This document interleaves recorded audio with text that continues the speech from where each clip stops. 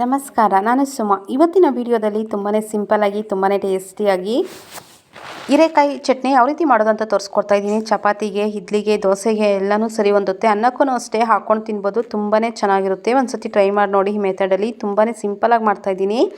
ಹಾಗೆ ನನ್ನ ಚಾನಲನ್ನು ಫಸ್ಟ್ ಟೈಮ್ ಯಾರೆಲ್ಲ ನೋಡ್ತಾ ಇದ್ದೀರಾ ಒಂದು ಸಬ್ಸ್ಕ್ರೈಬ್ ಮಾಡ್ಕೊಂಬಿಡಿ, ಹಾಗೆ ಒಂದು ಲೈಕ್ ಮಾಡಿ. ಈಗ ನೋಡಿ, ಮೊದಲಿಗೆ ಒಂದು ಬಾಣಲಿಯನ್ನು ಇಟ್ಕೊಂಡಿದ್ದೀನಿ. ಬಾಣಲಿಗೆ ಸ್ವಲ್ಪ ಎಣ್ಣೆನ ಹಾಕ್ಕೊಂಡಿದ್ದೀನಿ, ಒಂದು 2 ಚಮಚದಷ್ಟು. ಒಂದು ಗಡ್ಡೆ ಈರುಳ್ಳಿ, ಒಂದು ಗಡ್ಡೆ ಬೆಳ್ಳುಳ್ಳಿಯನ್ನು ಕಟ್ ಮಾಡಿಬಿಟ್ಟು ಹಾಕ್ಕೊತಾ ಇದ್ದೀನಿ. ಹಾಕ್ಕೊಂಡು ಎಣ್ಣೆಯಲ್ಲಿ ಸ್ವಲ್ಪ ಫ್ರೈ ಆದಮೇಲೆ ಈರುಳ್ಳಿ, ಬೆಳ್ಳುಳ್ಳಿ ಮತ್ತು ಒಂದು 2 ಟೊಮೊಟೊವನ್ನು ಕಟ್ ಮಾಡ್ಕೊಂಡಿದ್ದೀನಿ. ಮೀಡಿಯಮ್ ಆಗಿ ಕಟ್ ಮಾಡಿಬಿಟ್ಟು ಹಾಕ್ಕೊತಾ ಇದ್ದೀನಿ. ಮೀಡಿಯಮ್ ಸೈಜಲ್ಲಿರುವಂತಹ 2 ಟೊಮೊಟೊ, ಹಾಗೆ 5ರಿಂದ 6 ಒಣಮೆಣ್ಸಿನ್ಕಾಯಿನ ಬಳಸ್ತಾ ಇದ್ದೀನಿ. ನೀವು ಇಲ್ಲಿ ಬೇಕು ಅಂದರೆ ಹಸಿಮೆಣ್ಸಿನ್ಕಾಯಿನೂ ಸಹ ಬಳಸ್ಕೋಬೋದು. ಹಾಗೆ ಸಣ್ಣ ನೆಲ್ಲಿಕಾಯಿ ಗಾತ್ರದಷ್ಟು ಹುಣಸೆಹಣ್ಣನ್ನು ಬಳಸ್ತಾ ಇದ್ದೀನಿ. ಟೊಮೊಟೊ ಹಾಕಿರ್ತೀವಿ, ಅದರಿಂದ ನೋಡಿಕೊಂಡು ಚಿಕ್ಕದಾಗಿ ಸ್ವಲ್ಪ ಹಾಕ್ಕೊಂಡ್ರೆ ಆಯಿತು ಹುಣಸೆಹಣ್ಣು. ಈಗ ಒಂದು ಹೀರೆಕಾಯಿಯನ್ನು ಕಟ್ ಮಾಡ್ಕೊಂಡಿದ್ದೀನಿ. ಒಳಗಡೆ ಬೀಜ ಎಲ್ಲ ಏನಾದರೂ ಇದ್ದರೆ ತೆಗ್ದಾಕಬೇಕು. ಇದು ಎಳೆದಾಗಿರೋದ್ರಿಂದ ಏನೂ ತೆಗ್ದಿಲ್ಲ, ಹಾಗೇ ಹಾಕ್ಕೊತಾ ಇದ್ದೀನಿ. ಸ್ವಲ್ಪ ಬರ್ತಿದ್ರೆ ಅದರಲ್ಲಿ ಬೀಜ ಅನ್ನೋದಿರುತ್ತೆ, ಅದನ್ನು ತೆಗ್ದಾಕ್ಬಿಟ್ಟು ಸಹ ಸೇರಿಸ್ಕೋಬೋದು. ನಾನು ಹಾಗೇ ಹಾಕ್ಕೊತಾ ಇದ್ದೀನಿ ಎಳೆದು. ಅದರಿಂದ ನೋಡಿ, ಎಲ್ಲ ಒಂದು ಸತಿ ಮಿಕ್ಸ್ ಮಾಡಿಕೊಂಡು ಚೆನ್ನಾಗಿ ಬೇಯಿಸ್ಕೋಬೇಕಾಗುತ್ತೆ. ಇದಕ್ಕೆ ಜಾಸ್ತಿ ಇಂಗ್ರೀಡಿಯೆಂಟ್ಸ್ ಏನು ಬೇಕಾಗಿರಲ್ಲ, ಬೇಗನೂ ಮಾಡ್ಕೋಬೋದು, ಸಿಂಪಲ್ಲಾಗಿ ಸಹ ಮಾಡ್ಕೋಬೋದು.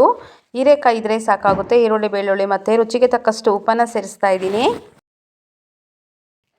ಈಗ ನೋಡಿ, ಒಂದು ಸ್ವಲ್ಪ ಎಣ್ಣೆಯಲ್ಲೇ ಸ್ವಲ್ಪ ಫ್ರೈ ಮಾಡ್ಕೊಂಡಿದ್ದೀನಿ. ಒಂದು 5 ನಿಮಿಷ ಎಣ್ಣೆಯಲ್ಲೇ ಚೆನ್ನಾಗಿ ಫ್ರೈ ಮಾಡ್ಕೊಂಡಿದ್ದೀನಿ. ಮತ್ತು ನೀರನ್ನು ಸೇರಿಸ್ತಾ ಇದ್ದೀನಿ. ಚಿಕ್ಕ ಲೋಟದಲ್ಲಿ 1 ಲೋಟ ಅಷ್ಟು ನೀರನ್ನು ಸೇರಿಸ್ಕೊಂಡು ಚೆನ್ನಾಗಿ ಬೇಯಿಸ್ಕೋಬೇಕಾಗುತ್ತೆ. ಹೀರೆಕಾಯಿ ಚೆನ್ನಾಗಿ ಬೇಯಬೇಕು, ಹಾಗೇ ಟೇಸ್ಟ್ ಅನ್ನೋದು ಚೆನ್ನಾಗಿ ಬರುತ್ತೆ ಚಟ್ನಿ. ಒಂದು ಸತಿ ಟ್ರೈ ಮಾಡಿ ನೋಡಿ, ತುಂಬಾ ಚೆನ್ನಾಗಿರುತ್ತೆ. ನೋಡಿ, ನೀರಲ್ಲಿನೇ ಚೆನ್ನಾಗಿ ಬೇಯಿಸ್ಕೊಂಡಿದ್ದೀನಿ. ಈಗ ನೋಡಿ, ಒಂದು ಅರ್ಧ ಕಾಯಿಯಷ್ಟು ಕೊಬ್ಬರಿಯನ್ನು ಸೇರಿಸ್ತಾ ಇದ್ದೀನಿ, ತುರುಬಿಟ್ಟು ಹಾಕ್ಕೊಂಡು ಅದನ್ನು ಅಷ್ಟೇ ಅದರಲ್ಲಿ ಹಾಕ್ಕೊಂಡು ಚೆನ್ನಾಗಿ ಹುರ್ಕೋಬೇಕಾಗುತ್ತೆ. ನೀರೆಲ್ಲ ಆಗೋವರೆಗೂ ಚೆನ್ನಾಗಿ ಹುರ್ಕೋಬೇಕಾಗುತ್ತೆ.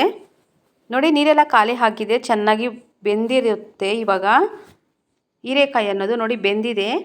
ಈಗ ಸ್ಟವ್ ಆಫ್ ಮಾಡಿಬಿಟ್ಟಿದ್ದೀನಿ. ಆಫ್ ಮಾಡಿಬಿಟ್ಟು ಸ್ವಲ್ಪ ಕೊತ್ತಂಬರಿಯನ್ನು ಸೇರಿಸ್ತಾ ಇದ್ದೀನಿ. ಸೇರಿಸ್ಬಿಟ್ಟು ಅದೆಲ್ಲ ಆರಿದ್ಮೇಲೆ ಮಿಕ್ಸಿಗೆ ಹಾಕ್ಕೋಬೇಕಾಗುತ್ತೆ. ಮಿಕ್ಸಿಗೆ ತಣ್ಣಕ್ಕೆ ಆದಮೇಲೆ ಮಿಕ್ಸಿಗೆ ಹಾಕ್ಕೊಂಡು ಬಂದು ಸೈಡ್ಗೆ ಇಟ್ಕೊಂಡಿದ್ದೀನಿ. ಈಗ ನೋಡಿ, ಅದೇ ಬಾಣಲಿಗೆ ಒಂದು 2 ಚಮಚದಷ್ಟು ಎಣ್ಣೆನ ಸೇರಿಸ್ತಾ ಇದ್ದೀನಿ. ಸ್ವಲ್ಪ ಕರಿಬೇವು, ಒಂದು ಗಡ್ಡೆ ಈರುಳ್ಳಿಯನ್ನು ಸಣ್ಣದಾಗಿ ಕಟ್ ಮಾಡಿಬಿಟ್ಟು ಹಾಕ್ಕೊತಾ ಇದ್ದೀನಿ. ನೀವು ಬೇಕು ಅಂದರೆ ಸಾಸಿವೆ, ಕಡಲೆಬೇಳೆ ಏನಾದರೂ ಬಳಸ್ಕೋಬೋದು. ನಾನು ಇಲ್ಲಿ ಏನು ಬಳಸಿಲ್ಲ, ಬರೀ ಈರುಳ್ಳಿ ಮತ್ತು ಕರಿಬೇವು ಸೊಪ್ಪನ್ನಷ್ಟೇ ಬಳಸ್ತಾ ಇದ್ದೀನಿ. ನೋಡಿ, ಈರುಳ್ಳಿ ಜಾಸ್ತಿ ಫ್ರೈ ಮಾಡ್ಕೋಬಾರ್ದು, ಸುಮ್ಮನೆ ಲೈಟಾಗಿ ಹಾಗೆ ಫ್ರೈ ಮಾಡಿಕೊಂಡ್ರೆ ಸಾಕು. ಹಾಗೇ ಟೇಸ್ಟ್ ಅನ್ನೋದು ಚೆನ್ನಾಗಿರುತ್ತೆ. ನಾವು ತಿನ್ನುವಾಗ, ಈರುಳ್ಳಿ ತಿನ್ನುವಾಗ ನಂಚ್ಕೊಳ್ಳೋಕ್ಕೆ ಅಂತಲೇ ಚೆನ್ನಾಗಿರುತ್ತೆ. ನೋಡಿ, ಈಗ ರುಬ್ಕೊಂಡಿರುವಂತಹ ಚಟ್ನಿಯನ್ನು ಅದರಲ್ಲಿ ಹಾಕ್ಕೊತಾ ಇದ್ದೀನಿ. ಹಾಗೆ ಸ್ವಲ್ಪ ನೀರನ್ನು ಸೇರಿಸ್ತಾ ಇದ್ದೀನಿ. ನಾನು ಜಾಸ್ತಿ ಮಂದಕ್ಕೆ ಮಾಡ್ಕೊಂಡಿಲ್ಲ, ಸ್ವಲ್ಪ ತೆಳುವಾಗಿಯೇ ಮಾಡ್ಕೊಂಡಿದ್ದೀನಿ.